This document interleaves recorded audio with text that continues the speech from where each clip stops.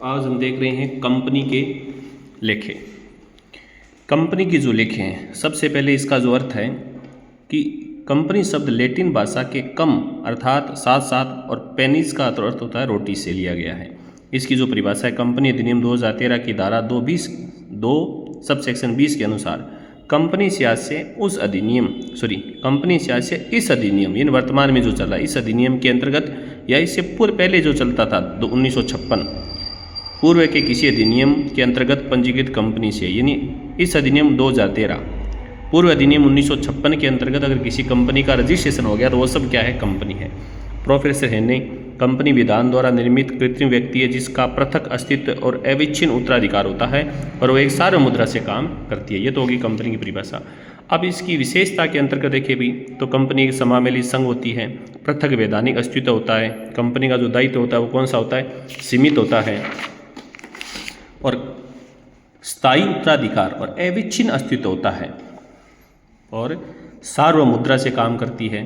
कौन कंपनी अंशों का स्थानांतरण करती है। कौन सी कंपनी, सार्वजनिक। निजी कंपनी नहीं करती है अभी, सार्वजनिक कंपनी। अभियोग चलाना, अभियोजित होना, अभियोजन दावा केस वगैरह करना, ये भी कर सकती है कंपनी। ये तो होगी विशेषता। अब कंपनी के जो प्रकार हैं, अब देखो भी कंपनी एक तो दायित्व के आधार पर, एक है संख्या के आधार पर। दायित्व के आधार पर माने तो अंशों द्वारा सीमित कंपनी, गारंटी द्वारा सीमित कंपनी और असीमित कंपनी, ये भारत में है नहीं। संख्या के आधार पर सार्वजनिक कंपनी, निजी कंपनी और एक व्यक्ति यानी ओपीसी। सदस्यों के दायित्व के आधार पर अंशों द्वारा सीमित कंपनी। कंपनी अधिनियम 2013 की धारा 222 सबसेक्शन के अनुसार इसमें क्या ध्यान में रखना है कि इस कंपनी का अर्थ इतना ही है, बस अदत्त राशि की सीमा तक इसका क्या होता है, दायित्व, मतलब बकाया राशि तक।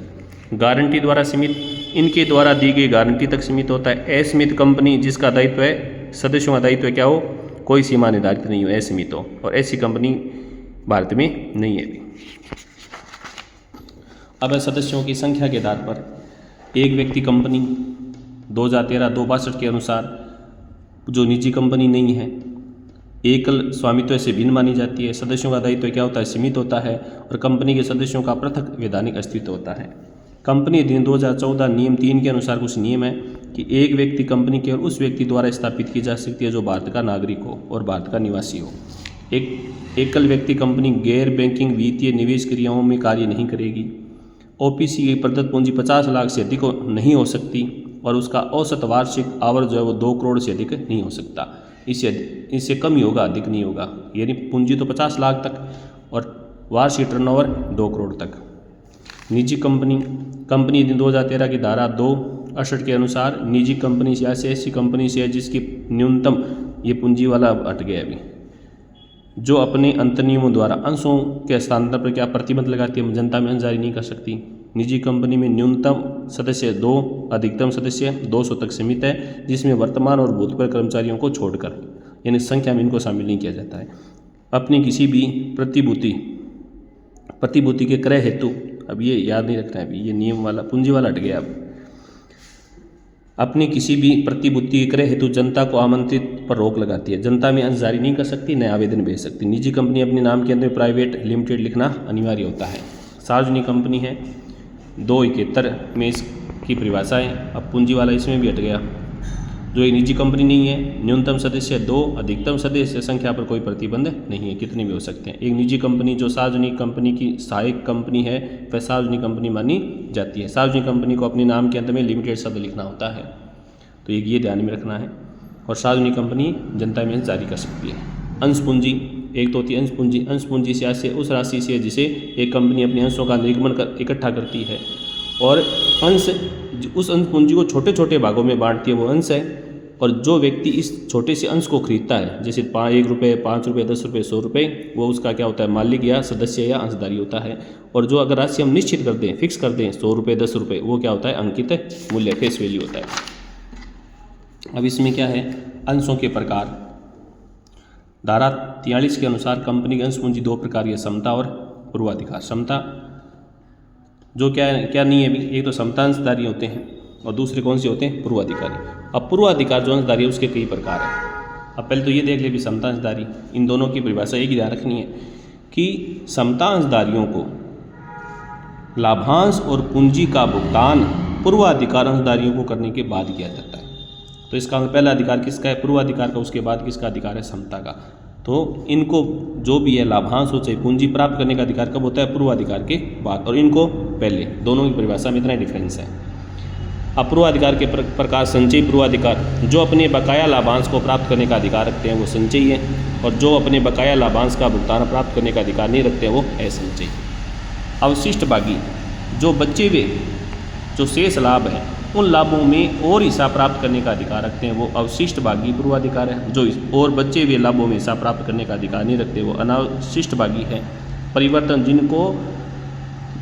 जिनको समता में बदल सकते हैं वो परिवर्तन, जिनको समता में नहीं बदल सकते वो अपरिवर्तन। शोधनीय, जिनका निश्चित अवधि के बाद क्या हो जाएगा? भुगतान, वो क्या है? शोधन। जिनका कंपनी के समापन पर भुगतान होगा वो अशोधन।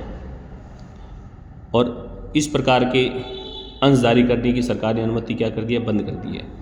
अब कंपनी के अंश पूंजी का वर्गीकरण किस प्रकार है? अधिकृत पूंजी, एक तो निर्गमित, अधिकृत है पहले तो, और उसके दो भाग है। निर्गमित जो जनता में जारी की जाती है, अनिर्गमित जो जनता में जारी नहीं की जाती है। निर्गमित में भी कौन सी? जनता में जो आवेदन आता है वह विदत है। ये तो पूर्ण विदत हो सकता है यानी पूरे के लिए आवेदन, और एक पूर्णतः विदत नहीं हो सकता, आंशिक आवेदन आ सकता है। अधिकृत पूंजी यानी कंपनी के जो पूंजी वाक्य में जिस पूंजी का उल्लेख होता है वो अधिकृत, पंजीकृत और प्राधिकृत या नाम मात्र पूंजी हो सकती है। ये इसके अन्य नाम हैं। और कोई भी कंपनी इस सीमा से अधिक अंशों का निर्गमन नहीं कर सकती। निर्गमित जो जनता में, ये अधिकृत पूंजी में से कुछ राशि जो जनता में अभिदान के लिए भेजी जाती है वो निर्गमित, जो अभिदान के लिए नहीं भेजी जाती है वो अनिर्गमित। अभिदित पार्थिक अंश सब्सक्राइब, जनता ने जिसके लिए आवेदन किया है वो अभिदत्त पार्थिक या सब्सक्राइब रवि। और मांगी गई या याचित कार्ड ऑफ कैपिटल कौन सी है? जो जनता से जो राशि हमें प्राप्त हो गई है, जो हमने भुगतान मांगा, और मांगा जो है वो तो मांगी गई, प्रदत्त जो जनता ने चुका दिया वह है पेड अप कैपिटल। अयाचित, जिसका भाग अभी तक हमने मांगा ही नहीं कंपनी से, कभी आवश्यकता पड़ने पर मांगा जाएगा, जैसे संचित है। आरक्षित, जो कंपनी के समापन पर मांगी जाती है वो कौन सी होगी? संचित या आरक्षित। तो ये देख लेना। अब इनका अंशों का क्या है वर्गीकरण?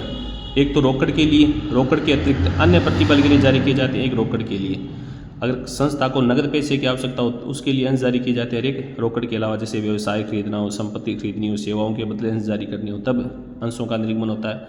और अंश निर्गमन पर राशि का भुगतान दो तरह से हो सकता है। एक तो एकमुश्त, एक किस्तों में। सार्वजनिक कंपनी का दो प्रकार के अंश जारी करती है, क्योंकि निजी कंपनी तो जारी करने का अधिकार ही नहीं रखती।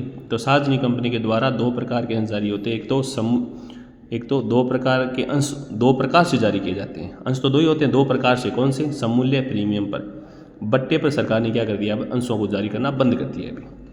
तो जब उनको उनके अंकित मूल्य पर जारी किया जाता है तो सममूल्य, अंकित से अधिक पर जारी किया जाता है तो प्रीमियम यानी परिब्याजी इसका दूसरा नाम है।